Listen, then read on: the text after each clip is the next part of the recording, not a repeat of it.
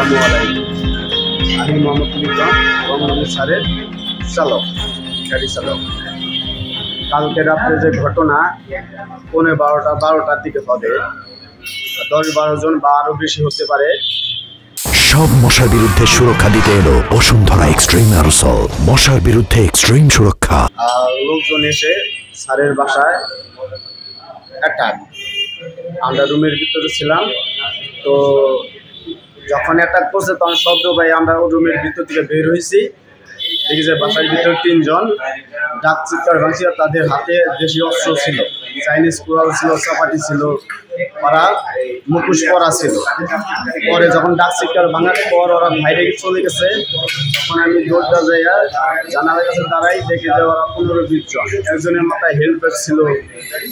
তো এখন আমাদের বাসার ভিতরে 2টা গাড়ি ছিল, গাড়ির ক্ষতি করছে এবং তারা পেট্রোল নিয়ে আসছিল, গাড়ি পুরাইয়া দিবে, তার প্রমাণও রয়ে গেছে।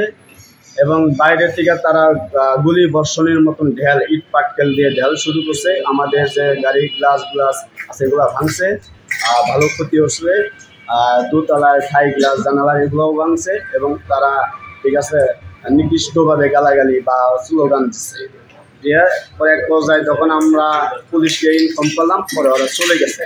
পুলিশ আসছিল, 6টা পর্যন্ত পুলিশ আমাদের এখানে ছিল আমাদের সাথে।